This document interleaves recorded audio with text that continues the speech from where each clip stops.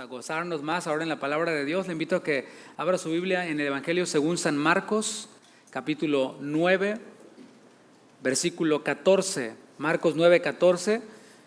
Hoy veremos el tema número 19 de esta serie, Jesús sana.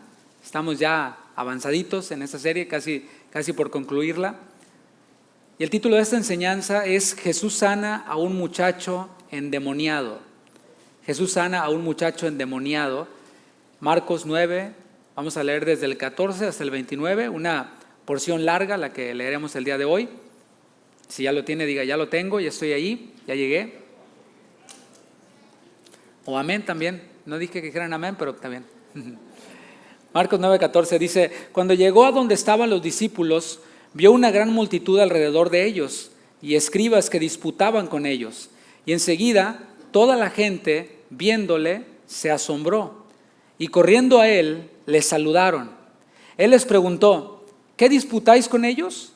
Y respondiendo uno de la multitud, dijo, Maestro, traje a ti mi hijo que tiene un espíritu mudo, el cual donde quiera que le toma le sacude y echa espumarajos y cruje los dientes y se va secando. Y dije a tus discípulos que lo echasen fuera y no pudieron. Y respondiendo él les dijo, oh generación incrédula, ¿hasta cuándo he de estar con vosotros? ¿Hasta cuándo os he de soportar? Traédmelo. Y se lo trajeron, y cuando el espíritu vio a Jesús, sacudió con violencia al muchacho, quien cayendo en tierra se revolcaba echando espumarajos. Jesús preguntó al padre, ¿cuánto tiempo hace que le sucede esto? Y él dijo, desde niño. Y muchas veces le echan en el fuego y en el agua para matarle, pero si puedes hacer algo, ten misericordia de nosotros y ayúdanos. Jesús le dijo, si puedes creer, al que cree, todo le es posible. E inmediatamente el padre del muchacho clamó y dijo, creo, ayuda a mi incredulidad. Y cuando Jesús vio que la multitud se agolpaba, reprendió al espíritu inmundo, diciéndole, espíritu mudo y sordo, yo te mando, sal de él y no entres más en él.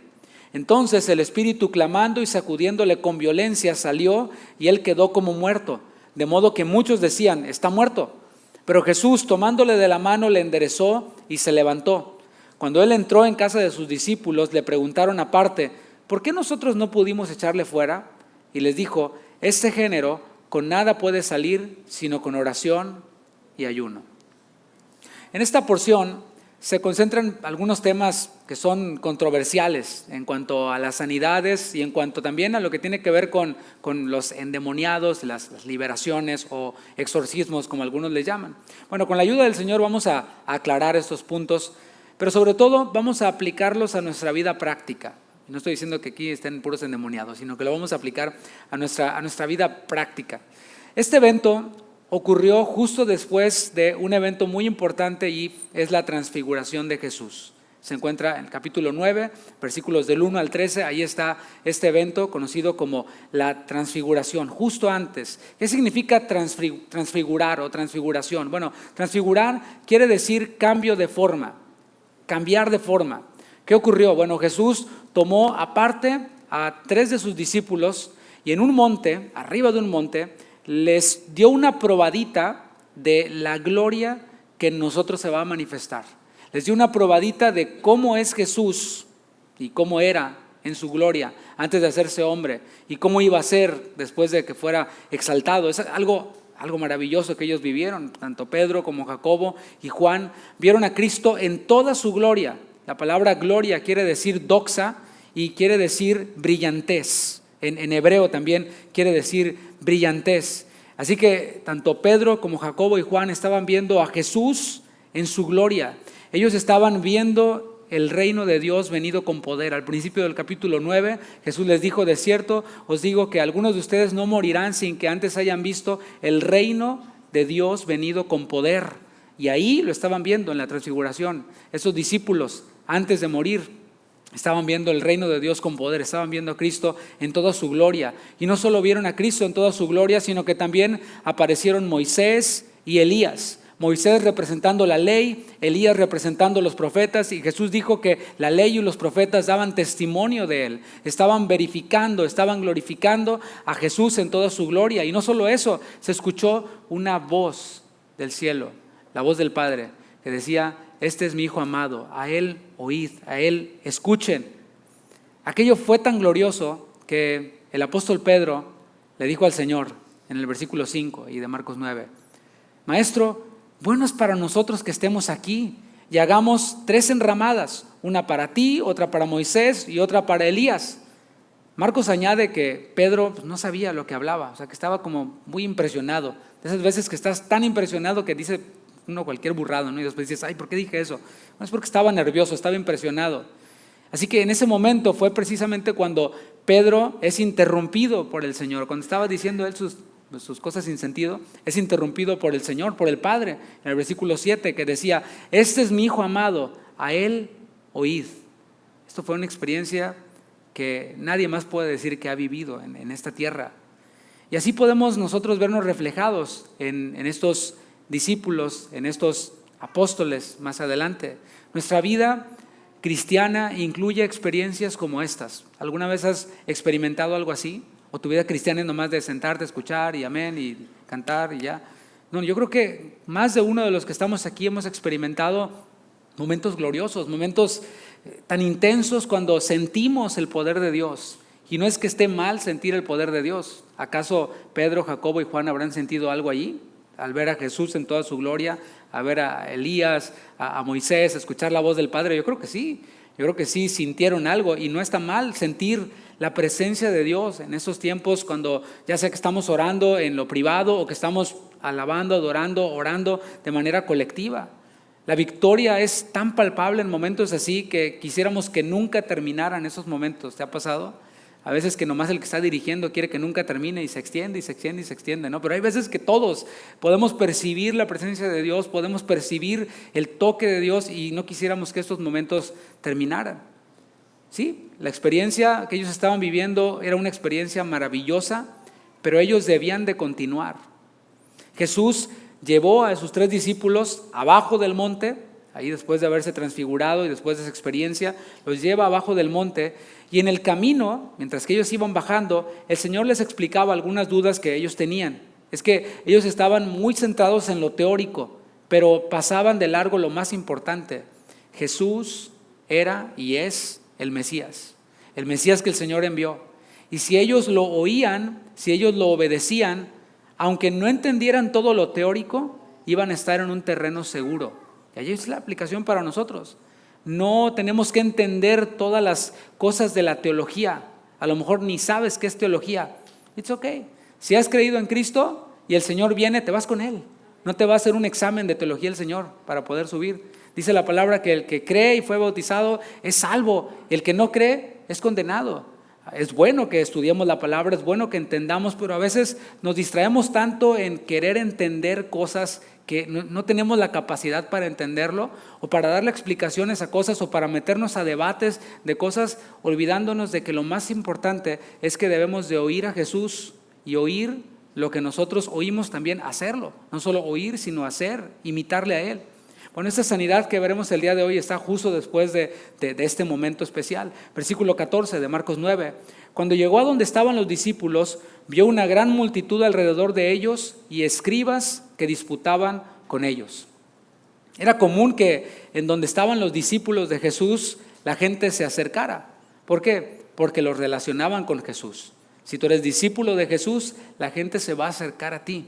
Se va a acercar a ti, ¿por qué? Porque saben que pasas tiempo con Él, porque saben que tienes algo de Jesús en ti, tienes a Jesús en ti, pero tienes algo que dar también de Jesús, y esto ocurría. Pero no solo la gente que tenía necesidad se acercaba a Jesús y a los discípulos, particularmente hablando de ellos, sino que también se acercaban los enemigos de Jesús, los opositores de Jesús, y esos no se acercaban para escuchar, para convivir, se acercaban para cuestionar. Se acercaban para desacreditar, para desvalorar a sus discípulos y a Jesús.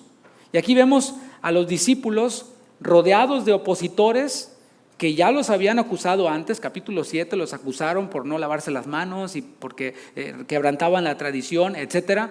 Y ahora el problema era de que ellos estaban sin Jesús, estaban solitos. Jesús estaba allá arriba en el monte con otros de sus discípulos y estaban incompletos aparte, ¿no? ¿Con qué se encontraron Pedro, Jacobo y Juan cuando bajaron del monte? Se encontraron, no sé si lo ves tú, con problemas. No es que estaban comiendo, yo creo que tenían hambre, tuvieron hambre allá, después bajando quizás se imaginaban que había unos sándwiches de pescado o algo así, no sé, algo delicioso, pero no, con lo que se encontraron fue con un pleito, con una discusión, con problemas. Y es que así también a nosotros nos ocurre, cuando oramos a solas o cuando oramos comunitariamente, todo eso pues es maravilloso. Como dijo Pedro, es bueno es esto, quisiera quedarme aquí, quisiera poner una tienda de campaña aquí y aquí quedarme en la iglesia. Para algunos sería maravilloso porque no hay regadera, entonces estaría maravilloso aquí quedarse a vivir, ¿no? Pero abajo del monte, cuando salimos de este lugar, cuando salimos a la vida cotidiana, pues nos encontramos con problemas, con enfermedades y hasta con opositores, con enemigos que piensan ellos que son enemigos de nosotros, pero si nosotros estamos viviendo a Cristo, son enemigos de Cristo en realidad. Si estamos junto a Jesús, si estamos sirviendo a Jesús, si estamos tratando de vivir a Cristo, nos vamos a encontrar con opositores que cuestionan a Jesús. ¿Te has encontrado con personas así?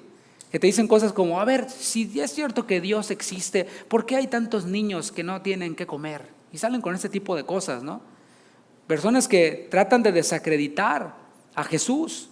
Todo eso son fábulas, todo eso es para gente que es fanática y gente ignorante y cosas así. Bueno, son personas que se oponen. La pregunta es, ¿qué vamos a hacer?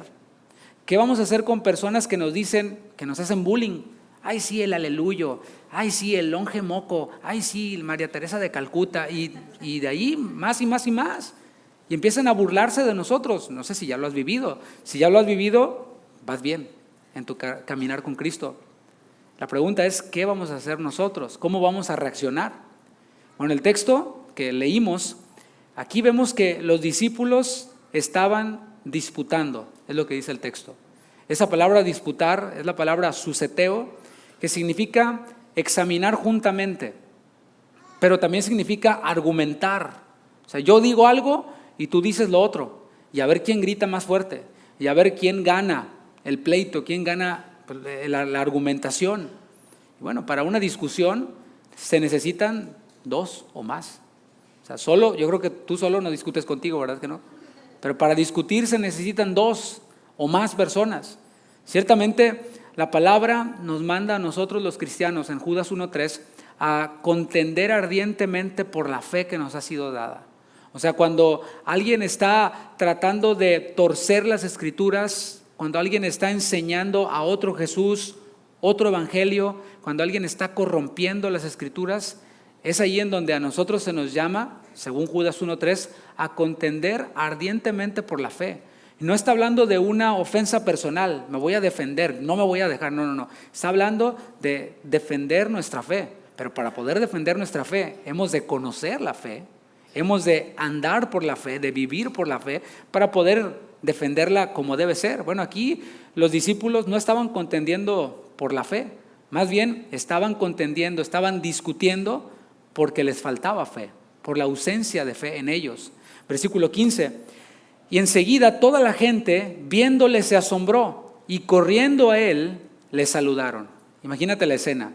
Los discípulos aquí dándose con todo contra los adversarios de Jesús. En eso llega Jesús con esos 3 de sus discípulos y la gente deja ahí el chisme, deja ahí el argüende. Cuando ve a Jesús se acerca a él. ¿Por qué? Porque para ellos la llegada de Jesús implicaba esperanza. La llegada del Señor representaba una esperanza para su necesidad, una esperanza para su problema. Estamos en un mundo caído, estamos en un mundo en donde nos enfermamos, en donde hay problemas, algunos que llegan sin explicación alguna, otros porque nosotros nos los buscamos por nuestro pecado, por lo que tú quieras. El punto es que hay problemas y en Cristo hay esperanza para esos problemas. Yo sé que suena como algo muy trillado. Hay esperanza en Jesús, porque lo hemos escuchado tantas veces, pero el hecho de que nosotros lo hayamos escuchado muchas veces no garantiza que lo estamos creyendo.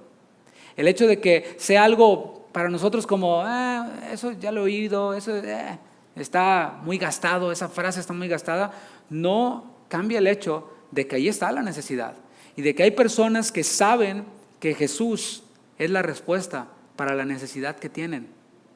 Hoy todavía hay personas que ven en Jesús esperanza. Todavía hay personas así, que ven en Él esperanza. Y nosotros No deberíamos de juzgar, de condenar a aquellos que se acercan a Jesús en su necesidad.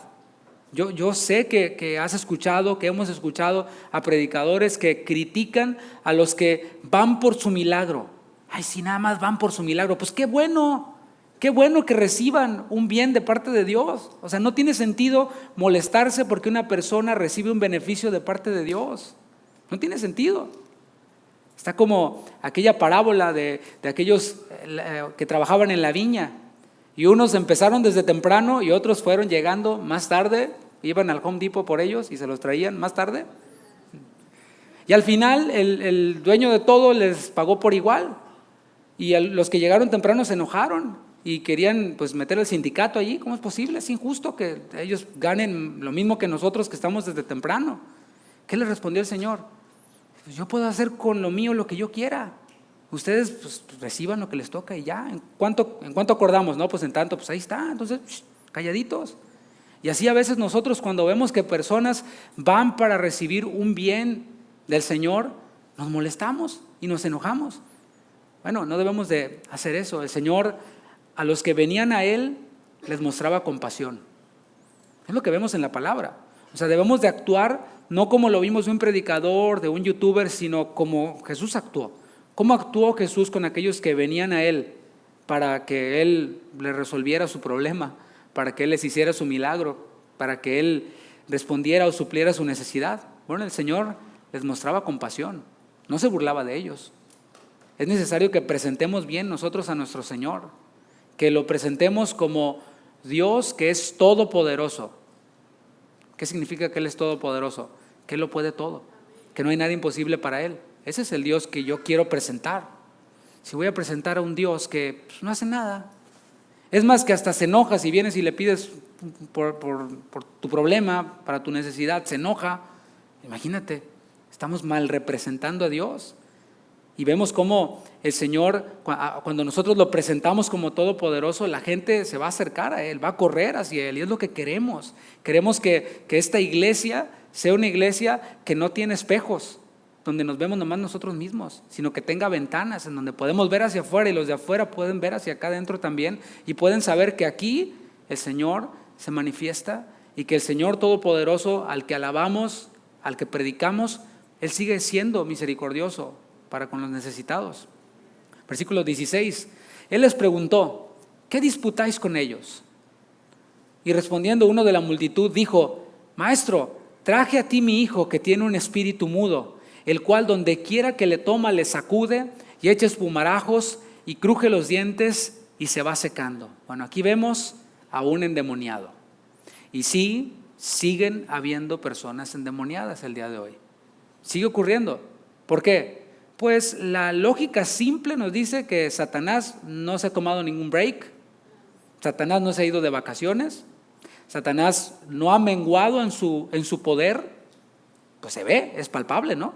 Ves el Super Bowl, ves los shows de comunicación, las películas que se promueven y dices, no, pues está muy activo y está con su objetivo claro, avanzando con su agenda, Satanás. Y esto no debe de sorprendernos. ¿Por qué? Porque el Señor le dio cierta autoridad a Satanás sobre este mundo. Por eso se le llama el príncipe de este mundo en la Biblia. Porque sí, tiene cierto derecho sobre el sistema del mundo y sobre este mundo caído. Sin embargo, nuestro Dios es poderoso por encima de Satanás. Así que vemos aquí pues, a un endemoniado. Marcos le llama un espíritu mudo. Quizás porque la condición de este joven le impedía hablar. Cuando le hablaban, no respondía. Estos malestares físicos que tenía el joven son descritos aquí, algunos de ellos en esta porción, otros más adelante. Dice el texto que se sacudía. Esto es bien interesante porque Mateo en el paralelo le llama lunático. Esa palabra lunático es la palabra seleniazo y significa epilepsia. De ahí es de donde se saca este término, epilepsia. Además de que tenía ataques epilépticos, echaba espuma por la boca, crujía los dientes. Este crujir los dientes tiene que ver con un estrés, con algo que como que alguien quiere explotar prácticamente, ¿no? Y por esto no podía hablar. También dice el texto que se estaba secando. físicamente se estaba debilitando. Y quiero aclarar aquí que no todos los epilépticos están poseídos por un demonio. Esto debemos de verlo aquí, ¿no? Hay en otras ocasiones cuando hay ataques epilépticos, pero no tienen nada que ver con espíritus inmundos o con demonios. El punto es que este muchacho estaba siendo destruido. Cada vez que tenía estos ataques, cada vez que se sacudía, cada vez que crujía los dientes, estaba destruyéndose a sí mismo. Por medio del pecado, Satanás destruye al hombre. Ese es el propósito de Satanás y no ha cambiado. Y lo he dicho y lo seguiré repitiendo, Satanás tiene el objetivo de destruir al hombre. ¿Por qué? Porque lleva la imagen de Dios. El hombre fue hecho, varón y hembra los creó, a imagen de Dios lo creó. Y si Satanás es el adversario, el opositor de Dios, va a querer destruir a la creación de Dios, a los que llevan la imagen de Dios. Entonces, a él le da igual destruir al hombre por medio de las drogas, por medio de enfermedades de transmisión sexual, por medio de alcoholismo, por medio de estrés y todo querer alcanzar cosas y perder cosas y suicidarse. Le da igual que por medio de una mala alimentación, enfermedades cardiovasculares producidas por una mala alimentación, por sedentarismo. Le da igual al diablo destruir al hombre. Él es destructivo. Y aunque el pecado que él presenta parezca atractivo, parezca placentero, es que me hace sentir bien, es que me gusta, es que todos lo hacen, es que no es nada de malo, es que es legal. Bueno, a él le da igual, el punto es que te destruye. Y por más placentero y atractivo que parezca, el pecado es destructivo. Continúo leyendo, estaba hablando este hombre describiendo la condición de su hijo, y luego dice, y dije a tus discípulos que lo echasen fuera, y no pudieron. Ya Jesús les había dado autoridad a sus discípulos, autoridad para que echaran fuera a los demonios. Por esto, este hombre, cuando llegó a donde estaban los discípulos y vio que no estaba Jesús, aún así les pidió a ellos que echaran fuera al demonio de este joven, porque ellos ya lo habían hecho. Incluso en el capítulo 6, versículo 3, dice que echaron fuera muchos demonios en el nombre de Jesús, los discípulos. Sin embargo, en esta ocasión en particular, no podían hacerlo. En esta ocasión fracasaron para echar fuera al espíritu mudo de este joven. Y así hoy muchos enfermos no están recibiendo sanidad. Y puede ser por varias razones. Hemos planteado la realidad de que hay enfermedad, de que hay necesidad. La pregunta es si esas personas asisten a una iglesia o se acercan a un grupo de cristianos. La pregunta es, ¿por qué no están recibiendo sanidad? Pueden ser varias razones. Bueno, puede ser porque hay a quienes no les interese esto que estamos estudiando nosotros, ya con estas 19 enseñanzas. Estamos yendo a la Escritura cada vez que el Señor Jesús sanó y por qué sanó. Pero hay quienes no les interesa. Y si lo consideran como algo histórico. O sea, hay personas que les da eso de leer la Biblia como si fuera una historia, como si estuvieran leyendo la historia de la Reforma allá de Benito Juárez. O sea, les da igual. La historia de la Reforma de Benito Juárez o de la Revolución o de la Independencia de México que lo que hizo Jesús en los Evangelios. Para ellos es lo mismo. Son historias nada más.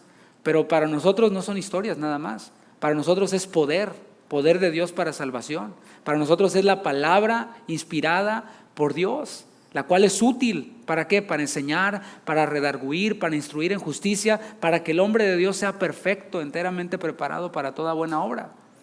Y muchos pues no consideran esto, no les interesa. Otros de plano no creen que Jesús pueda utilizar a hombres comunes y corrientes, así como lo fue Pedro, como lo fue Juan, como lo fue Marcos, para imponer sus manos para que los enfermos se sanen. Hay quienes no creen en eso. Y claro, si están en una iglesia y llegan personas enfermas, pues ahí tómate un Tylenol, brother. Pero orar, no, aquí no hacemos eso. Eso es de pentecostales, allá déjalo para los locos, esos pentecostales. Y para los de casa de oración, déjalo para ellos. Puede ser también que los enfermos no se sanan, los que llegan a las iglesias pensando en esta lógica simple de que el Señor hace bien a los hombres y que Él sanó y puede sanar. Y no se están sanando, ¿por qué? Porque los que sí creen están muy preocupados haciendo otras cosas o muy ocupados haciendo otras cosas, así como discutir con otros, como estaban haciendo los discípulos. O sea, hay quienes dicen, no, yo sí creo que el Señor Jesús puede sanar a alguien a través de una persona, porque Él dijo, pondrán sus manos sobre los enfermos y sanarán, lo creemos, lo dice en la Biblia, pero no lo practicas. No lo practicas. ¿Por qué? No, es que no hay tiempo. Estamos muy ocupados peleándonos con otros cristianos en internet, en YouTube, o viendo quién no piensa como nosotros para darnos un agarrón, para humillarlos y para demostrarles que nosotros sí tenemos la teología correcta. Hay quienes esa es su interacción con otros cristianos y apenas se da la plática y ya empiezan. ¿La salvación se pierde o no se pierde? Y ahí se agarran y se amanecen, se pueden amanecer. Y si le preguntas a uno, ¿tú vas a cambiar tu postura? Si él te lo demuestra, no lo voy a cambiar. Pero aún así quiero darme un agarrón con el brother, porque estoy aburrido. Bueno, ¿tú crees que el Señor va a obrar en medio de un ambiente así, de contención, en un ambiente de debate, de conflicto? No, el Señor no va a obrar ahí. Veamos cómo el Señor interpreta la incapacidad de los discípulos para hacer el bien. En este caso, para sanar a alguien enfermo. Dice el versículo 19, y respondiendo Él les dijo, oh generación incrédula, ¿hasta cuándo he de estar con vosotros? ¿Hasta cuándo os he de soportar? Traédmelo. ¿Qué te parece? No se parece nada al Jesús que nos presenta, ¿no? Así en los cuadros, todo así, ¿no? O sea, yo lo veo aquí a un Jesús que está siendo intenso, a un Jesús que está incluso, pues parece como frustrado, ¿no? Como de alguna manera, me estás sacando, me desesperas, ¿no? Como decía aquel personaje. La queja de Jesús es válida. ¿Por qué? Porque Él conoce a todos. Y no solo conoce a todos, sino que conoce lo que está dentro de todos. Hay quienes dicen, no, es que tú no conoces mi corazón. Es verdad, no lo conozco. Ni tú lo conoces, tu propio corazón. Dice la palabra, ¿quién conocerá su propio corazón? Que es engañoso, que es perverso, que nos hace trampa.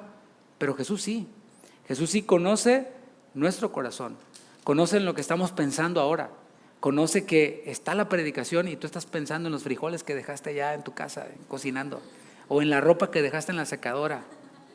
El Señor conoce todo, yo no, gracias a Dios, ¿verdad? Que no conozco lo que estás pensando, pero el Señor sí, Él conoce todo de nosotros, no solo nuestros pensamientos, sino conoce nuestras intenciones. Decía el salmista, aún no está la palabra en mi boca, y aquí tú la sabes toda, Señor. Él conoce hasta nuestras intenciones. Jesús se queja de la generación. Dice, oh generación incrédula. Esa palabra generación es importante que entendamos qué significa, a qué se refiere la Biblia cuando utiliza esa palabra. Generación abarca a la raza humana, a toda la raza humana. O sea, aquí el Señor está siendo inclusivo, está incluyendo a todos. O sea, todos los que estaban ahí y todos los que leemos, todos estamos incluidos ahí, pertenecemos a esta generación. El pueblo de Israel, como generación, había sido incrédulo.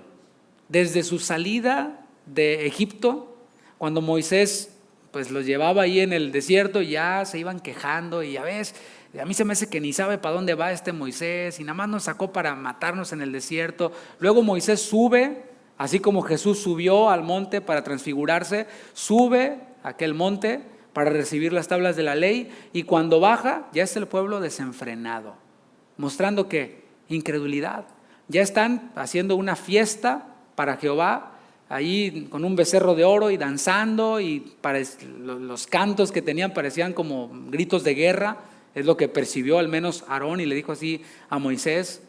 Así mostraron ellos su incredulidad desde el principio.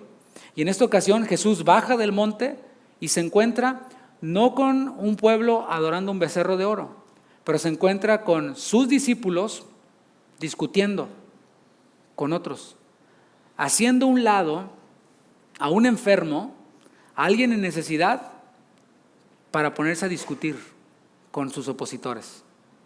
Es con lo que se encuentra el Señor al bajar del monte. Ahora notemos de nuevo que les dijo incrédulos a todos. Y esto incluía al padre del muchacho que estaba allí, esto incluía a los escribas. ¿Por qué? Porque ellos veían únicamente al muchacho como un objeto que les estorbaba en ese momento para su discusión. También incluía a la multitud, que estaban de curiosos, ahí estaban nomás viendo. Hay personas que así van, o sea, tienen años de cristianos. Entiendo de alguien que es nuevo, no sabe ni qué onda. No sé si tú te acuerdas la primera vez que fuiste a una iglesia cristiana o un culto o una reunión, pues sí estábamos todos así como que, ¿y eso qué onda? ¿No? ¿Eso qué va a hacer? ¿No? Y aquí ahora sacan la hostia, ¿no? Y estabas así, ¿no? Como... Pero hay quienes ya tienen años de cristianos y ni le disimulan tantito, están así. Estamos adorando al Señor, hermano. Adora al Señor, alaba al Señor. Mira el brother cómo danza así como de ladito, ¿no? Y ya te lo tienes bien estudiadito, ¿no? Bueno, la multitud estaba ahí de curiosa, estaban pensando únicamente en su propio beneficio, en su propio milagro, pero también incluía, además de al Padre, a los escribas, a la multitud, incluía también a los discípulos, a los que llevaban ya tiempo caminando con Jesús, a los que habían escuchado sus enseñanzas, habían visto un sinnúmero de milagros, habían participado de ellos, ellos mismos habían sanado enfermos, habían echado fuera demonios, y el Señor se refirió a todos ellos como incrédulos, generación incrédula. Esa palabra incredulidad es la palabra griega apistos. Pistis es fe, es la negación. Personas sin fe. Y aquí vemos el motivo por el cual ellos no podían echar fuera al demonio. ¿Por qué no podían? Por incrédulos, porque no tenían fe. Y es posible que nosotros entremos en alguna de estas categorías de esta generación incrédula, que seamos como la multitud que solo anda de curiosa, o sea, solo como espectadores. Yo vengo aquí a ver qué onda, nomás de espectador, ¿sí?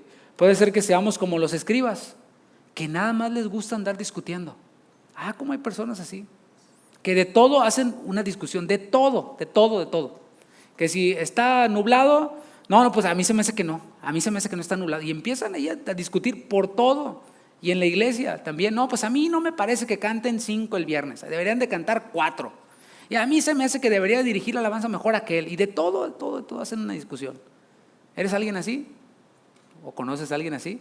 Iba a decir, si conoces a alguien así, aléjate, pero si eres alguien así, pues ¿cómo te alejas de ti mismo? ¿No? Está complicado. Puede ser que caigamos en la categoría de los discípulos, los cuales se distraen de la necesidad para engancharse en discusiones, para engancharse en pleitos, en todo este tipo de contiendas. O quizás caigamos en la categoría del padre del muchacho, el cual estaba en necesidad, pero tenía una fe débil. Lo vamos a ver ahorita a continuación. Versículo 20. Y se lo trajeron, o sea, después de esta reprensión que les da Jesús, dijo, tráiganmelo, y se lo trajeron. Y cuando el espíritu vio a Jesús, sacudió con violencia al muchacho, quien cayendo en tierra se revolcaba echando espumarajos. Todo eso lo hace un demonio en una persona. Y sí, estamos hablando de un demonio que entra en una persona. Eso es lo que estamos viendo, porque está hablando de echarle fuera. Vamos a ver ahorita cuando el Señor lo echó fuera, le dijo, te ordeno que salgas de él y no vuelvas a entrar. O sea, estamos hablando de que un demonio puede entrar en una persona y dentro de la persona hacer lo que quiera con la persona. Y obviamente pues no lo va pues, a mover a hacer cosas cuerdas, sino siempre cosas que le quiten la dignidad a la criatura de Dios, a la creación de Dios. La reacción del demonio a través del muchacho era como desafiante ante Jesús, ¿no? O sea, no era como que se quedó quieto, no. Dice que sacudió con violencia al muchacho. O sea, era como desafiante ante Jesús. Y es que, aunque Satanás está derrotado, no debemos de olvidar eso. Nosotros estamos en una batalla en la cual ya tenemos la victoria.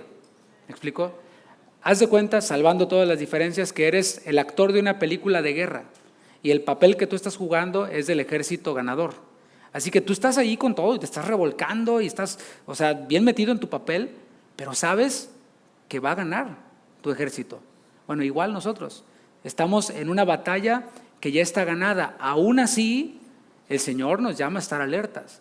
Aún así, el Señor nos llama a estar firmes, porque el vencedor es Jesús. Nosotros somos más que vencedores porque no hicimos absolutamente nada para obtener la victoria. Seremos más que vencedores mientras que estemos en el equipo vencedor. Porque si nos separamos Si, ¿cómo se dice? Nos damos de baja, ¿qué va a pasar del ejército? Pues vamos a quedar por allá a la deriva. Y la palabra hace advertencias acerca de cómo es el adversario con el que nosotros batallamos. Aunque está vencido, la palabra dice en 1 de Pedro 5:8 que anda como león rugiente buscando a quien devorar. Aunque está vencido, la palabra dice en 2 Corintios 2:11 que tiene maquinaciones, que elabora planes, que elabora estrategias. Algunas de ellas, mis hermanos, son pues más elevadas de nuestro propio entendimiento. A veces nos creemos muy sabios, pero como dice el dicho, más sabe el diablo por viejo, ¿no? ¿Cómo dice? Más sabe el diablo. No quieren decir, porque ya saben que lo que les voy a decir. Ya conocen a su pastor, qué bueno. Aunque Satanás está vencido, la palabra sigue diciendo que hemos de tener la armadura puesta. La armadura la tenemos que tener puesta, ¿para qué? Para resistirle, para apagar sus dardos de fuego, es lo que dice Efesios 6, del 10 en adelante. Y podemos ver que nuestro enemigo es un enemigo real, un enemigo que sigue siendo peligroso. ¿Cómo es que puede entrar un demonio en una persona? ¿Cómo? Bueno, simplemente en temas como la brujería, la hechicería, películas de terror. O sea, yo no estoy diciendo que no las veas, pero pues hay que usar el sentido común, ¿no? Si te vas a poner a ver una película en donde salen demonios y salen cosas, entonces no me da miedo. Bueno, está bien. Pero estamos abriendo puertas. Se abren puertas a través de la brujería, de la hechicería, del tarot, de todas estas cosas que abiertamente son del enemigo. O qué decir de música que está pensada y la letra habla de adorar al diablo y todo esto. Entonces, no, es que está chida la música, a mí me gusta.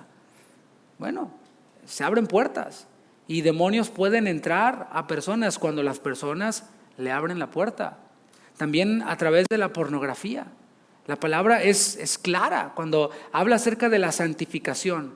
La voluntad de Dios es vuestra santificación, que os apartéis de fornicación. Así, inmediatamente. ¿Por qué será? ¿Por qué será? Porque es algo tan dado en el hombre y en la mujer también. Es algo a lo que el hombre es tan propenso. Por eso es la primera advertencia que hace. O sea, el Señor sí se las sabe todas, mis hermanos.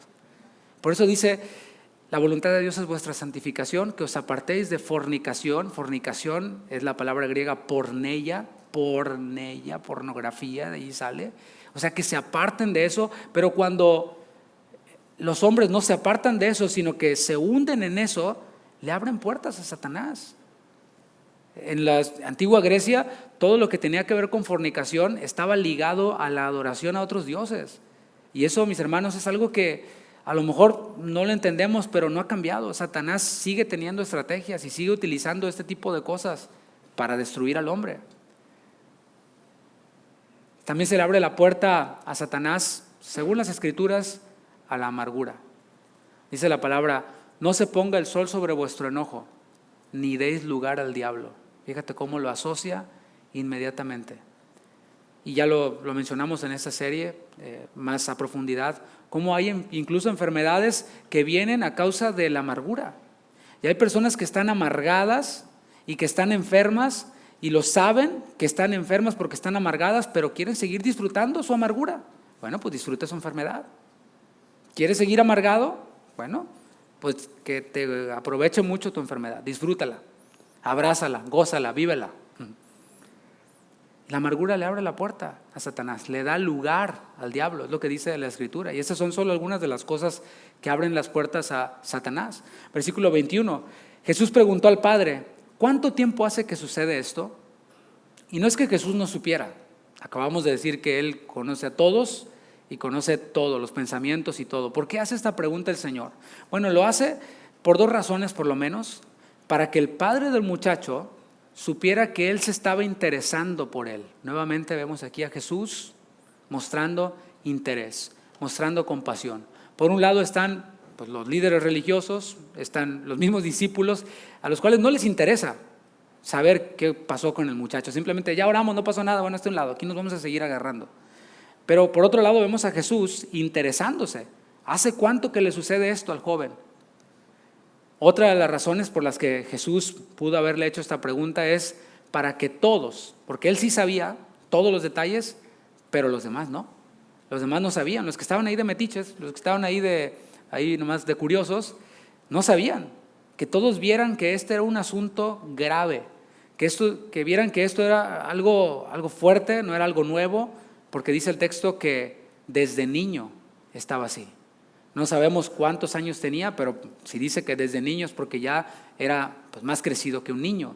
Tenía mucho tiempo, había sido algo prolongado. Ahora, lo leemos ahí, puede ser que lo veas en alguien más, pero a veces así entendemos mejor las cosas. ¿Qué si fuera tu hijo el que estuviera en esta condición? Desde niño, sacudiéndose, tirándose al piso, crujiendo los dientes, no puede hablar. ¿Qué si fuera tu hija? ¿Qué si fueran nuestros hijos? Ahí como que ya cobra interés el asunto, ¿no? Y es lo que Jesús pretendía hacer, al atraer la atención y preguntar ¿desde cuándo está así? Y continúa hablando el padre de este muchacho y dice, y muchas veces le echan el fuego y en el agua para matarle. O sea, él sabía que esto era obra de Satanás y la obra de Satanás, el propósito de Satanás es matar. Por esto él veía que se echaba al fuego para matar a su hijo. Dentro de su hijo se arrojaba al fuego. Jesús afirmó que Satanás ha sido homicida desde el principio. Es lo que dijo en Juan 8:44. Él ha sido homicida desde el principio y no ha cambiado. Desde el principio y hasta ahora sigue siendo homicida. Cuando entra un loco a una escuela a disparar a todo el mundo, a todo el que puede, Satanás está ahí divirtiéndose. Está diciendo, estoy cumpliendo con mi objetivo. Y todo eso, mis hermanos, no fue algo de la noche a la mañana. Está comprobado que muchos de esos jóvenes que llegan ahí estuvieron jugando videojuegos de esos de matadera por horas y horas y horas. Pero luego nosotros decimos, no, el mío es tranquilo. Bueno, a veces nosotros le abrimos la puerta a Satanás. Continúa el padre hablando, haciéndole esta petición al Señor, diciéndole, pero si puedes hacer algo, ten misericordia de nosotros y ayúdanos. O sea, el padre le suplica a Jesús por ayuda, le pide de su compasión, le dice, ten misericordia de nosotros. Pero hay un problema en esta oración, dice, pero si puedes hacer algo. O sea, mi hijo está así desde niño y a veces se tira al fuego, el espíritu le tira ahí para matarle, pero si puedes hacer algo. ¿Te fijas la frase?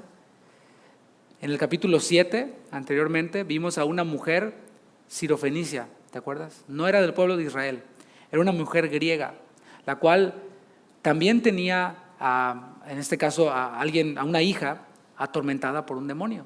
O sea, son dos casos similares.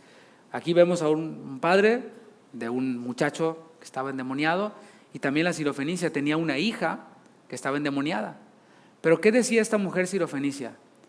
A pesar de los obstáculos que Jesús le dijo, mira, no está bien que se arrojen la comida de los hijos a los perrillos.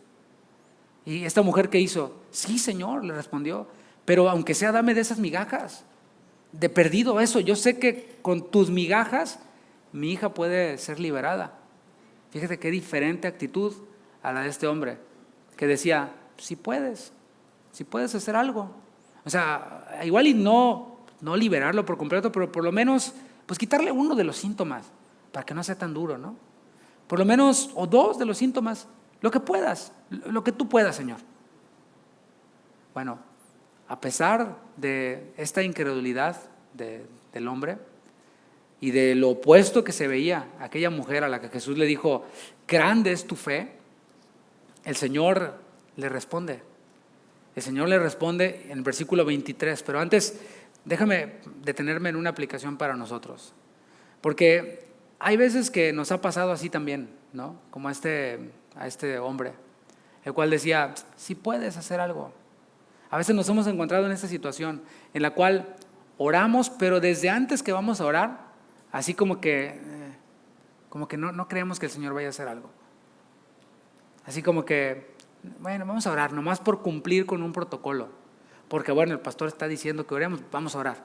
Pero ya de antemano creemos, no, No creemos que vaya a hacer algo. Y luego, ¿qué hacemos? Decimos en nuestra oración: Señor, si no quieres está bien, aceptamos tu voluntad. O sea, ahí eso, mis hermanos, son palabras correctas, porque Jesús las oró. Dijo: no se haga mi voluntad sino la tuya. Pero a veces nosotros disfrazamos nuestra incredulidad y usamos esas palabras. Señor, pues, si tú quieres, o sea, ya sé que no se va a sanar, pero bueno, nomás estamos cumpliendo. Y no quieres. ¿Quiénes somos nosotros para decir si Él quiere o no quiere? Fíjate cómo le respondió Jesús en el versículo 23. Jesús le dijo: si puedes creer, al que cree, todo le es posible. Si puedes creer, al que cree, todo le es posible. El Señor Jesús le dijo unas palabras similares a Marta cuando estaban allí ante la tumba de Lázaro, y Marta dice: Maestro, ya hiede, o sea, ya lleva 3 días de muerto Lázaro, o sea, ya huele mal, qué pena que te acerques, ¿no? ¿Sabes qué le dijo Jesús a Marta? ¿No te he dicho que si crees verás la gloria de Dios? Aquí le dice: si puedes creer, al que cree todo le es posible. Y a Marta le dice: si crees verás la gloria de Dios. Yo entiendo que de aquí, de estos 2 versículos, se han sacado un montón de enseñanzas para que recibas y reclames y arrebates cosas materiales, etcétera. Y como que pareciera como que es nuestra fe la que puede conseguir cualquier cosa. Bueno, eso se llama fe en la fe. No necesito a Dios en ese caso. Es mi fe lo que va a atraer las cosas. Eso se llama metafísica. Aquí Jesús no está hablando de metafísica. El Señor está hablando de fe, no en la fe, sino fe en Él. Fe en su poder. O sea, no es mi fe en mi fe, sino es mi fe en el poder de Jesús. Es distinto, es completamente distinto. No hay nada imposible para Dios. Fue lo que le dijo el ángel a María en Lucas 1:37. Nada hay imposible para Dios. Jesús puede hacerlo si Él quiere hacerlo. Está esto de que Él es todopoderoso y también es soberano. Uno no anula lo otro, mis hermanos. Hemos de confiar en el poder del Señor y también en la soberanía del Señor. Hemos de confiar en la soberanía del Señor, pero también en el poder del Señor. No están desvinculados lo uno de lo otro. Ahí está el asunto, que muchos se inclinan en la soberanía de Dios y dicen: no, es que Él, pues, si no quiere, no lo va a hacer. Pues sí, pero también Él mismo dice: no reciben porque no piden, porque dicen que yo no quiero. Pues ahora resulta que ustedes me van a decir a mí lo que yo quiero hacer. No, mis hermanos, hemos de ir a Él confiando en su poder, claro, confiando siempre en su soberanía, porque si nosotros pedimos, vamos a recibir en el momento que Él quiera, en el tiempo que Él quiera. ¿Cómo saber si es la voluntad de Dios sanar a un enfermo? Es una buena pregunta, ¿no? O sea, ok, pastor, ya entendí, Dios es poderoso, no hay nada imposible para Él. Por otro lado, pues está su soberanía, que pues Él sana al que quiere, sana cuando quiere, sana como quiere. No nos pide explicaciones ni nos pregunta cómo nos gustaría que lo hiciera, ¿no? Ahora, ¿cómo sé si es su voluntad sanar a un enfermo? Tengo yo aquí al enfermo. ¿Cómo sé si es la voluntad de Dios sanarle? Bueno, la única forma de saberlo es orando. Es la única forma de saberlo. O sea, si nunca oras y te la pasas metido en que no, Dios es soberano, y discutiendo, y que si se puede endemoniar un cristiano, que si puede una mujer predicar, que si la salvación se pierde o no se pierde, estás muy ocupado en todo eso. ¿Por qué no orar por el enfermo? La única forma de saber es orando. Y si no le sana después de que oramos, ¿qué hemos de hacer? La mujer sirofenicia nos recuerda: insistir. ¿Vio la negativa de Jesús? Insistir. Y si no se sana, seguir insistiendo. Bueno, ¿no lo dijo eso Jesús en el Sermón de la Montaña? Dijo: al que toca, se le abrirá. O sea, cuando tú vas a una casa esperando que te abran, tocas la puerta, ¿verdad? Pero no tocas así, tocas fuerte. Y si no te abren, sigues tocando. Y si no, y si es tu hijo que ya está tarde, ¿verdad?, para ir a la escuela, pues casi le tiras la puerta, ¿no? Porque estás esperando una respuesta. Bueno, igual, al que toca se le abrirá, al que llama se le va a atender, el que busca va a hallar. Bueno, es seguir insistiendo. La Biblia no dice que dejemos de orar. Es que Dios es soberano. Sí, es soberano, pero no dice la palabra que dejemos de orar. Al contrario, no dice la palabra en 1 Tesalonicenses 5:16, orad sin cesar. No dice orar sin cesar. Dice orar sin cesar. No dice dejen de orar. ¿Dónde dice? No, dice oren sin cesar. Pidan, busquen, llamen, insistan. Es lo que dice la palabra. Ahora, si una persona no se sana instantáneamente, no quiere decir que no sea la voluntad de Dios sanarla. No podemos ir tan rápido. Si tu hijo tiene 10 años y tú eres un papá considerado y eres un papá también generoso, dices, pues sí, le voy a comprar un auto a mi hijo, pero no se lo vas a comprar a los 10 años, ¿verdad que no? Y si se lo compras, no se lo vas a dar cuando tiene 10 años. Si es tu voluntad, darle el auto. Claro, para que vaya al colegio, a la universidad, sí, claro, pero no a los 10 años.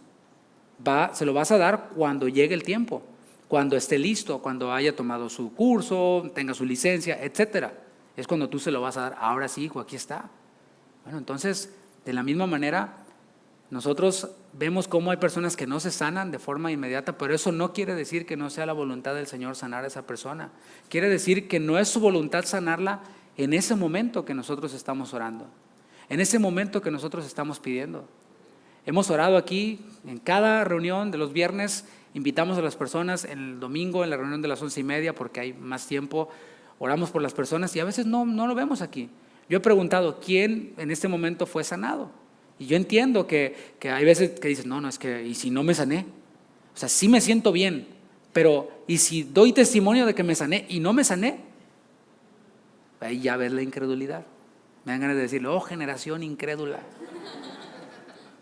¿Te dolía la cabeza y ahora ya no te duele? Ay, es que si digo que me dolía la cabeza me voy a ver como muy payaso, ¿no? Nada más era un dolorcito de cabeza.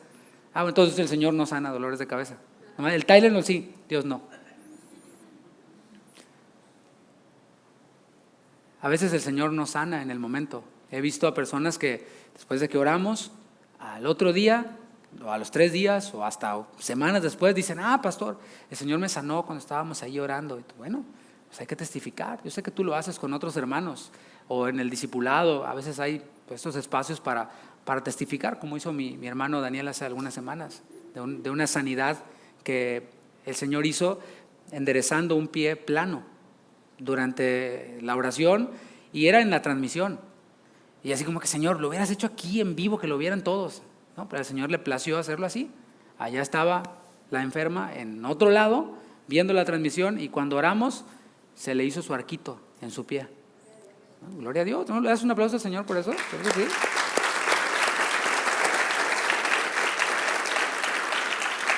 Él es el que decide cómo sanar, cuándo sanar, de qué forma, si es por la transmisión, si es aquí en vivo. Él es el que lo decide.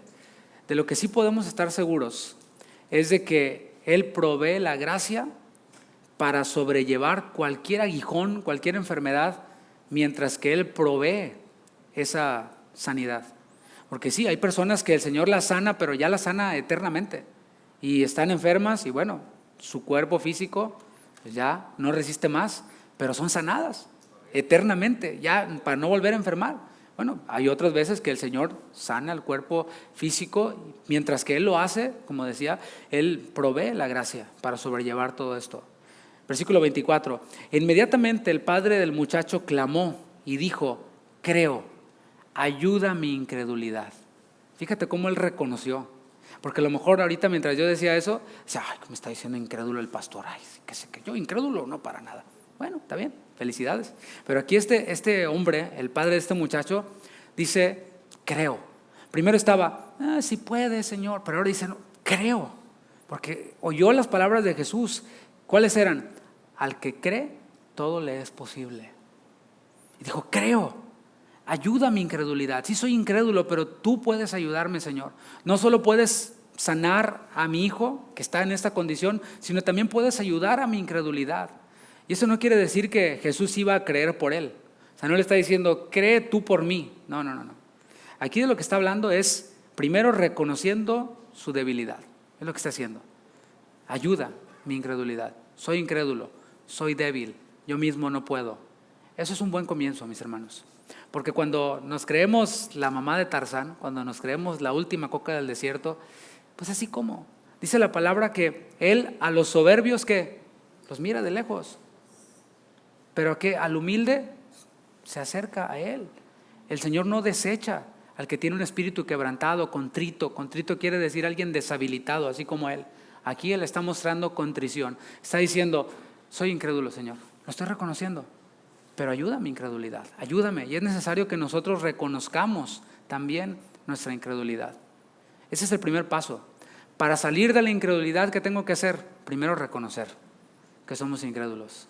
Reconocer todas nuestras fallas, esos momentos cuando nos quedamos cortos, esos momentos cuando alguien está enfermo y decimos, pues qué mala onda. En vez de orar, decirle, oye, ¿por qué no oramos ahorita? Y si te dice, pero no estamos en la iglesia, pues no importa. O sea, la Biblia no dice que tenga que estar en la iglesia. Él puede sanar en cualquier lugar. Pero no está el pastor. Pues no importa, la Biblia no dice que solamente ancianos, pastores pueden orar y las personas se sanan. El Señor puede usar a quien sea para sanar a otros. El Señor es poderoso.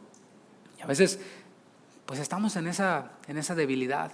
A veces estamos en esa incredulidad. Y el primer paso, como dije, es reconocerlo y salir de todos nuestros paradigmas y salir de todos los prejuicios que nos hemos creado nosotros mismos. Estamos ahí en Casa de Oración en Guadalajara, ahora en el Congreso de Jóvenes, y al final de las enseñanzas, desde la primera enseñanza al final estuvimos haciendo un llamado al arrepentimiento, porque sabíamos que había jóvenes allí que no eran cristianos.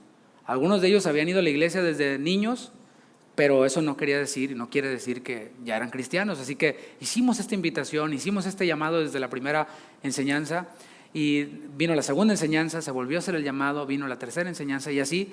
Entonces en los pasillos que están angostos y había mucha gente, me topé yo con un hermano. Entonces yo iba caminando y el hermano se me acerca y me dice, pastor, ¿cuándo van a volver a hacer el llamado para recibir a Cristo? Y le digo, no sé, o sea, a mí no me toca predicar ahora. Seguramente yo lo haré cuando me toque, pero no sé.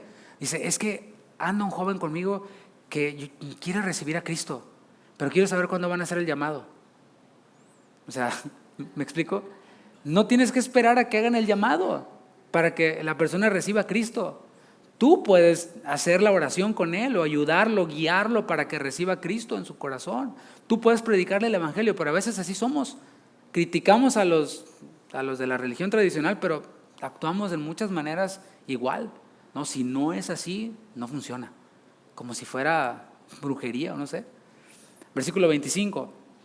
Y cuando Jesús vio que la multitud se agolpaba, reprendió al espíritu inmundo, diciéndole, espíritu mudo y sordo, yo te mando, sal de él y no entres más en él. El Señor Jesús tiene toda la autoridad. Él lo dijo, toda autoridad me es dada en el cielo y en la tierra. Él tiene toda la autoridad. Y con esa autoridad, si tú te fijas en el texto, le mandó. O sea, tomando esa autoridad. No le dijo, Señor espíritu mudo, ¿podría usted por favor ser tan amable de salir? No, le dijo, te mando que salgas de él. Y le dijo que lo hiciera definitivamente. Sal y no vuelvas. ¿Por qué? Porque una persona puede tener dentro un demonio, puede salir el demonio, pero puede regresar. Jesús habló de que después regresa y cuando encuentra la casa limpiadita regresa con otros tantos más y viene a ser peor el asunto. Y aquí le dice el Señor Jesús tomando autoridad, no entres más en él. El Señor Jesús vino, según el apóstol Juan en su primera epístola, a deshacer las obras del diablo. Y eso es lo que está haciendo. Y el Señor Jesús sigue deshaciendo las obras del diablo. ¿Cuántos dicen amén? Si el diablo está obrando en tu hijo, es evidente, ¿no? Esto es obra del diablo. Bueno, el Señor Jesús vino a deshacer esas obras. El asunto es que hemos de ir a Jesús. No hemos de buscar en otros lados, en otros recursos, sino en Jesús es en donde se encuentra la respuesta, se encuentra esta autoridad y este poder para deshacer las obras del diablo. Versículo 26 de Marcos 9. Entonces el espíritu, clamando y sacudiéndole con violencia, salió, y él quedó como muerto, de modo que muchos decían, está muerto. Aquí podemos ver a Satanás peleando hasta el último minuto. Jesús da la orden, ejerce autoridad y le dice, te ordeno que salgas de él. Y no salió sin antes darle una sacudida más a este joven. No solo eso, sino que también gritó, o sea, hizo un escándalo. Así es Satanás, mis hermanos. Hasta el último minuto pelea. Una vez que salió el espíritu inmundo, dice el texto que el muchacho quedó relajado, quedó como muerto, dice el texto. ¿Por qué? Porque estaba convulsionándose, era mucho el movimiento, y cuando salió la última sacudida quedó así. Algunos dijeron, ya se murió. Y más los que estaban de lejos, ¿no? Cuando no tenemos una buena perspectiva, inventamos cualquier cosa. Y los que estaban de lejos seguramente dijeron, no, ya se murió, y se corrió la voz, ya se murió, ya se murió, ya se murió, ¿no? Ya sabes cómo es en los pueblos chicos, hay chisme grande, ¿no? Y aquí podemos ver en esta expresión de ya se murió, una vez más, la incredulidad de las personas. ¿Cómo que ya se murió? Pues está Jesús y lo está liberando. Ya se murió, ya sabía, ya se murió, ya sabía que no iba a hacer nada Jesús. Y si así fuera, si el joven hubiera muerto, ¿acaso será un problema para Jesús? La muerte no lo puede detener. El Señor Jesús lo hubiera podido resucitar sin problema. Versículo 27, pero Jesús tomándole de la mano le enderezó y se levantó. Una vez más, este acto de Jesús, de tomar de la mano a las personas. Creo que Él está haciendo énfasis en esto. Quiero tomarte de la mano. Eres un niño, quiero llevarte de la mano. ¿Y cómo respondemos a veces nosotros? No, yo puedo. Como los niños, ¿no? No, yo puedo. Y más cuando están sus compañeritos de la escuela. No me andes agarrando de la mano, mamá, ¿cómo crees? Así nos la damos de muy valientes. Pero Jesús quiere tomarnos de la mano, así como está tomando de la mano a este joven, a este muchacho. Está haciendo contacto una vez más con el hombre. Dios haciendo contacto con el hombre, tomándole de la mano. Y esto muestra lo que mueve a Jesús para sanar. Recuerda, estamos respondiendo a la pregunta, ¿por qué Jesús sanó? No era solamente para encuadrar una teología. El Señor Jesús sanó por su entrañable misericordia, por su entrañable amor, por su compasión, lo cual no ha cambiado hasta el día de hoy. Aquel que era visto como un objeto nada más para discutir, ahora está siendo objeto del amor del Hijo de Dios. Aquel que era solamente un evento ahí, pero lo importante está acá. Esto es lo divertido, esto es lo entretenido. No, eso ahora viene a ser objeto del amor restaurador del Hijo de Dios. Es lo que hizo el Señor con nosotros, mis hermanos. Deshizo las obras del diablo en nosotros. El poder, la influencia que el pecado tenía sobre nosotros, el Señor lo deshizo. Ya no tienen poder sobre nosotros. Somos nosotros los que a veces le damos poder nuevamente a eso que el Señor venció por nosotros. Y es lo que desea hacer el Señor con los que no le conocen. Desea liberarlos de la esclavitud del pecado. Sí, tienes una necesidad, qué bueno, vamos a orar por ti. Si veniste hoy necesitado, o si nos estás viendo y estás necesitado, puede ser cualquier cosa, puede ser lo que sea. No hay cosa que sea mínima para el Señor. Está bien, lo vamos a hacer, vamos a orar por ti. Pero el Señor quiere liberarte de la esclavitud del pecado. Eso me parece mejor. O sea, pudiera no recibir sanidad en mi cuerpo, pero creo que es mejor el perdón de mis pecados. Creo que es mejor la libertad de la esclavitud del pecado. El Señor quiere librar de la muerte que produce el pecado a los que están en pecado. Quiere enderezar los pasos de las personas, incluidos los pasos físicos de su cuerpo dañado. Y quiere levantarles para una vida plena, para una vida nueva. Versículo 28. Cuando Él entró en casa, sus discípulos le preguntaron aparte. Aquí ya concluyó la sanidad, ¿no? Aquí ya concluyó, el espíritu quedó fuera, quedó levantado, quedó restaurado este muchacho. Y ahora la escena, versículo 28, nos presenta a los discípulos ante Jesús. Y a los discípulos preguntándole, ¿por qué nosotros no pudimos echarle fuera? Y aquí podemos ver al menos a los discípulos reconociendo su fracaso. ¿Cuánto nos cuesta eso a veces, no? Cuando fracasamos, ¿qué normalmente hacemos? Le echamos la culpa a todos. Cuando nos tropezamos y nos caemos, ¿quién tiene la culpa? No, pues el que dejó eso ahí no debía estar ahí. O sea, no es que tú no te fijaste por dónde ibas caminando, es que alguien dejó, el piso estaba chueco y quieres demandar al Ross o al Marshalls o donde te caíste tú, ¿no? Pero al menos ellos están reconociendo su fracaso. La tendencia del hombre es a esconder los fracasos y a jactarnos de los triunfos. Por ejemplo, está el joven rico cuando se encontró con Jesús. ¿Qué le dijo? Le dijo, Señor, ¿qué debo hacer? ¿Qué debo hacer para heredar la vida eterna? O sea, mírame, ¿qué me falta? ¿Qué pero le pones a esta chulada, no? Y el Señor Jesús le dice, mira, los mandamientos sabes, y empieza a decirle, no, todo eso, Señor, con todo eso he cumplido. O sea, sacando sus triunfos, pero su avaricia la ocultó. Pero ante el Señor no hay nada que podamos ocultar. Él es especialista en mostrarnos nuestros fracasos. O sea, tú sabes que esta no es una iglesia en donde te digamos que hay un campeón en ti. Es más, hasta una serie hicimos que dice, descubre al inmundo que hay en ti, ¿no? Porque el Señor se encarga de eso, de mostrarnos nuestras fallas. ¿Para qué? Porque, bueno, pues si ya estamos sanos, ¿para qué queremos médico? ¿No? Los sanos no tienen necesidad de médico. Y entonces el Señor le dice, vende todo lo que tienes y dalo a los pobres. Ándale, ahí, tómala. Le dio en eso llamado avaricia, codicia. Y cuando él estaba así, mira, de heredar la vida eterna, dice la palabra que ¿qué hizo? Se fue. Triste porque tenía muchas posesiones. Y no vemos al Señor diciéndole, no, joven, vente, a ver, vamos a platicar tú y yo, mira. No, bye, adiós, disfrútalo. Después todas esas posesiones se quemaron. O sea, hubo un gobernador que quemó todo Jerusalén y ahí con ello las riquezas de este joven. El punto es que los discípulos sí reconocieron su fracaso. Es necesario que nosotros reconozcamos cuando fallamos. Y no solo eso, que pidamos ayuda para no fracasar otra vez. Algo que yo he visto en estos últimos meses o más es que muchos de nosotros nos estamos abriendo. Y la verdad, no es nuestra intención que usted nos dé una apariencia de que usted es perfecto, de que todo le va bien en su vida. O sea, la verdad, no estamos aquí tratando de impresionarnos los unos a los otros. No. O sea, somos seres humanos que fallamos, que pecamos. Y el punto es que si alguno de nosotros estamos en pecado, hemos fallado, hemos caído, hacer lo que dice la palabra. Restaurarnos con espíritu de mansedumbre.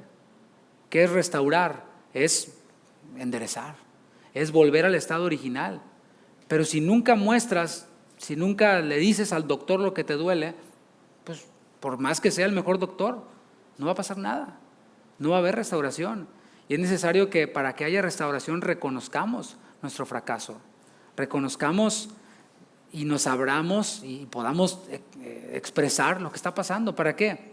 Para que nos ayuden no solo a salir de ese hoyo, sino que nos fortalezcan para no volver a caer en ese hoyo. Habrá veces que tendremos que decir cosas que según nosotros eran privadas, pero Jesús dijo, lo que se dijo acá en lo oculto se va a proclamar desde las azoteas. Entonces es mejor abrirnos, es mejor confesar nuestros pecados, como dice la palabra. Cuando ya vemos que estamos fracasando, confesarlos, ¿para qué? Para recibir ayuda y no volver a caer en lo mismo. Ese también es el propósito de esta serie, que podamos reconocer que hemos fallado en lo que respecta a las sanidades físicas, cada uno de nosotros, que reconozcamos eso y que le pidamos al Señor que aumente nuestra fe para hacer su obra, para orar por los enfermos, para ir a visitar a un enfermo y orar por él. Los discípulos se interesaron en conocer el motivo por el cual no pudieron realizar este exorcismo. Quisieron saber, dinos Señor, ¿por qué? Y cuando nosotros le preguntamos al Señor por qué nuestro fracaso, pues esperemos una respuesta. La estás regando en esto. Pero no nos gusta. No nos gusta que nos digan, estás fallando en esto. No nos gusta que nos aplaudan, nos gusta que nos reconozcan, nos gusta que nos digan, eres lo máximo. Y lo fuerte de todo esto, mis hermanos, es que a veces el Señor nos lo dice por medio de otros hermanos. Dices, no, si me lo dice el Señor está bien. Pues sí, pero, ¿qué posibilidades hay de que se te aparezca y que te diga, no? Pero sí nos lo dice Por medio de hermanos, por medio de esta enseñanza, por medio de otra enseñanza que escuchaste. Y el Señor nos dice, estás fallando en esto. Cuando preguntamos, Él nos responde. A veces nos lo dice sin que le preguntemos, pero cuando le preguntamos, ahora sí que el que se lleva se aguanta, ¿no? El que pregunta, espere que el Señor le diga, estás fallando en esto. Continuamos leyendo. Y les dijo, este género con nada puede salir sino con oración y ayuno. O sea, cuando el fracaso es evidente, se requiere humildad para escuchar en dónde está el problema y así poder rectificar. Porque no podemos esperar la victoria si hacemos lo mismo que nos llevó al fracaso. Y aquí el Señor les dice, están fracasando en esto. Este género no puede salir sino con oración y ayuno. Recuerda, ¿qué les dijo? Generación incrédula. Incrédula, o sea, no tenían fe. Y aquí vemos cómo se puede contrarrestar la incredulidad o cómo se puede hacer crecer la fe. Y menciona dos cosas del Señor, ya para terminar: oración y ayuno. En la oración nosotros manifestamos nuestra debilidad y nuestra dependencia de Dios, ¿no es cierto? Decimos, Señor, vengo a ti porque yo no puedo, necesito tu ayuda. O a veces decimos, oren por mí, hermanos, porque tengo esta necesidad. Estamos reconociendo nuestra debilidad. En la oración reconocemos su santidad y su poder, nos alineamos con su voluntad, le decimos, Señor, que se haga tu voluntad, porque tu voluntad es mejor que la mía. Allí nosotros confesamos cuando no tenemos fe y le decimos, Señor, aumenta mi fe. Confiamos en que Él va a responder conforme a su poder. Y en el ayuno, porque menciona también el ayuno tendríamos que dar toda una enseñanza al respecto, pero voy a ser muy breve. El ayuno no es voy a dejar de comer para obtener algo que no podía obtener. El ayuno es para debilitarnos. Dice la palabra que su poder se perfecciona en nuestra debilidad. No es que el Señor dice, ay, mijito, no ha comido, se me va a malpasar. No, aquí está. No, no es eso. No. Es que me estoy debilitando a mí mismo. El alimento me da fuerzas, pero dejar de comer es debilitarme a mí para que su poder se perfeccione en mi debilidad. Ayunar es dejar de comer. ¿Cuánto tiempo ocupamos en la comida? Desde que vamos al supermercado, compramos los ingredientes, los cocinamos, nos los comemos, lavamos los platos. Fíjate cuánto tiempo se pasa. Y si eliminamos todo eso y ayunamos, fíjate cuánto tiempo tenemos para orar, para leer la palabra, para estudiar. Sale. Es eso, es acercarnos al Señor, dejar de comer. Por ejemplo, puedes tener tu tiempo del break y en vez de comer en el break, orar en el break. Eso es ayunar, mis hermanos. Y no es que la dieta de Daniel, y no es que medio ayuno, y que quién sabe qué tantas cosas inventamos a veces, es cambié la comida por la oración. Eso es lo que les está diciendo el Señor. A través de esta sanidad, el Señor nos recuerda que hay necesidad allá afuera. O sea, fuera de este monte de la transfiguración, de este momento glorioso, hay una necesidad allá afuera. Y Él nos recuerda eso. Hay enfermos que necesitan conocer el poder de Jesús. Hay personas que reconocen el poder de Jesús, pero que tienen una fe débil. El llamado es a creer en Jesús y a creer en su poder. Hacer un lado las discusiones, hacer un lado todas estas cosas que es como un entretenimiento cristianoide. Me he encontrado con eso últimamente, ¿no? Como que hay los youtubers y que los reels cristianos y como que ya nos hicimos nuestro entretenimiento cristianoide que nos está alejando del testificar de Dios, al Dios que nosotros predicamos. Seguido van y me tocan la puerta de la casa, ¿verdad? Unas señoras que andan ahí tocando las puertas y repartiendo sus revistitas. Y digo, pues tienen una teología mala definitivamente, pero por lo menos se mueven más que nosotros en ocasiones, y vergonzosamente lo digo. Es necesario que le busquemos más en oración, en humillación, cambiando lo terrenal por lo espiritual. Yo le invito a que se ponga de pie y vamos a finalizar, sí, reflexionando en esto, pero también poniéndolo en práctica. Dijimos que íbamos a buscar cosas prácticas para ponerlas ya de inmediato por obra. Queremos orar. Si hubiera alguien aquí que padece de ataques epilépticos, Sé que las posibilidades son pocas, pero dada la enseñanza no quiero eliminar esta posibilidad. Si hubiera alguien aquí que padece de ataques epilépticos, que está aquí en este lugar, o si hay alguien quizás en la transmisión, en algunas de las transmisiones, que padece de ataques epilépticos, queremos orar por ti. Inclina tu rostro. Creo que no hay nadie aquí. Si hubiera alguien, puede pasar, y mientras oramos, porque a lo mejor alguien escucha esta enseñanza y está en esa condición. Señor, venimos ante ti creyendo en tu poder. Aunque en este lugar no hay nadie que esté padeciendo de esto, creemos en tu poder, en que pueda haber alguien que escuche después una grabación, en un video. Te pido, Señor, que con tu poder toques y sanes, Señor, esta condición. Que si hay alguien que está siendo atormentado por un demonio, quizás no necesariamente sea a través de ataques epilépticos, o quizás el epiléptico no esté siendo atacado por un demonio, sea simplemente una enfermedad. Te pedimos, Señor, que conforme a tu poder obres, que ejerciendo esa autoridad, Señor, digas la palabra y traigas sanidad, Señor, a todo aquel que esté sufriendo de esta manera. Señor, oramos también por los que están siendo atormentados por demonios. Si hubiera alguien aquí que está sintiendo esa opresión en su casa, que está experimentando algo inexplicable, porque todo esto es algo sobrenatural, es algo inexplicable para la mente humana, para la razón. Si hubiera alguien aquí que esté en esa condición, puedes venir aquí al frente, queremos orar por ti. A lo mejor tú mismo estás siendo atormentado y ahora tienes un momento de lucidez, quieres venir aquí al frente y decirle: Señor, yo sé que tú puedes liberarme, yo sé que tú puedes desaparecer todo esto. Sabes, mi hermano, entre nosotros hay hijos de hermanos nuestros que están pasando por situaciones de este tipo. Y queremos orar, queremos extender esta misericordia del Señor, porque no es la voluntad de Dios que alguien esté en esa situación. Así que yo te invito a que, si estás siendo atormentado de alguna manera espiritualmente, vengas aquí al frente y queremos orar por ti.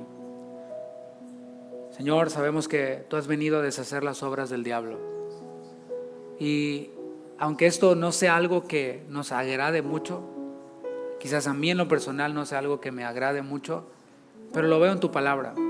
Veo que tú lo hiciste, veo que tú echaste fuera a los demonios, veo que tú diste autoridad a tus discípulos para echar fuera demonios en tu nombre, para deshacer esa actividad demoníaca. Y hoy, Señor, tomamos esa autoridad en tu nombre. Y si hay alguien aquí en esa condición, te pedimos, Señor, que traigas liberación a su vida. Te pedimos que traigas libertad a su vida, Señor. Que pueda quedar así como este joven, descansando en paz. Si hubiera alguien aquí que está padeciendo de depresión, de ansiedad, de ataques de pánico, de insomnio, Señor, también oramos por ellos. Si esa es tu situación, mi hermano, si tú estás pasando por algo así, o crees, no has sido diagnosticado, pero crees que estás pasando por algo así, queremos orar por ti. Puedes venir aquí al frente y queremos orar por ti. Si hubiera alguien aquí también que está padeciendo algo en sus cuerdas vocales, que tiene algo en su garganta que le impide hablar, ya sea nódulos en la garganta o algo similar, también queremos orar por ti. Puedes ir pasando. Si alguna de estas condiciones te describe a ti por lo que estás pasando, queremos orar por ti. Señor, gracias porque tú viniste a hacer bien a los hombres, porque tú tocaste los cuerpos enfermos y lo sigues haciendo. Te pedimos, Señor, que obres en los que están reconociendo que tienen algún padecimiento, en los que quieren ir más allá, dar un paso o unos pasos al frente para que impongamos nuestras manos sobre ellos. Ya han dado pasos hacia los médicos, ya han dado pasos hacia diagnósticos de pronto hasta algún curandero o hasta alguien que da remedios, pero quieren, Señor, dar un paso hoy al frente, sabiendo que no es el hombre, No es la unción de un predicador, no es el momento, la sugestión de un momento, sino que es tu poder, Señor. Ayuda nuestra incredulidad.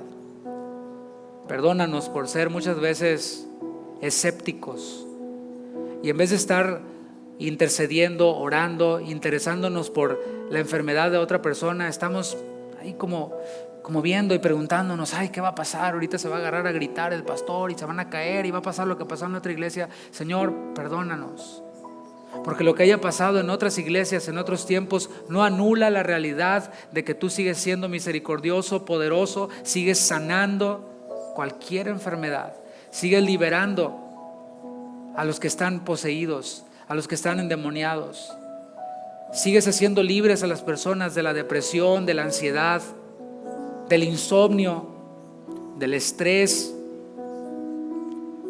Señor, tú sigues siendo poderoso. No nos cansaremos de predicarlo y de creerlo. Ayuda a nuestra incredulidad, Señor. Si tú estás enfermo de cualquier cosa, mi hermano, no te quedes ahí en tu lugar, puedes venir aquí al frente. Y no queremos quitarle la oportunidad a nadie que reconozca que tiene alguna dolencia para que impongamos nuestras manos y oremos por ti. No importa cuántas veces hayas pasado, no importa cuántas veces hayan orado por ti, cuánto tiempo lleves pidiéndole al Señor. La palabra no dice que dejemos de orar, dice que oremos sin cesar, dice que insistamos, y eso es lo que seguiremos haciendo. Y mientras pasa el equipo de alabanza, tú puedes venir aquí al frente y vamos a hacer algo especial para que no hayan espectadores. Si tú ves a alguien que está pasando aquí al frente o conoces de alguien que está enfermo, puedes salir de tu lugar con libertad y puedes orar. Voy a recomendar que sean los hombres orando por los hombres, las mujeres orando por las mujeres. Si vas a hacerlo, que sea con todo respeto, con mucho respeto, con mucho cuidado, y oremos los unos por los otros. Gracias, Señor, porque tú sigues sanando a tu cuerpo por medio del cuerpo. Y cuando un miembro del cuerpo se duele, todo el cuerpo se duele con él. Señor, te pedimos por los que están enfermos, sea cual sea la enfermedad, sea algún dolor de cabeza, desde eso, algún dolor estomacal, algún resfriado, hasta lo que para los médicos puede ser imposible, puede ser difícil. Te lo pedimos, Señor, en tu nombre, Jesús.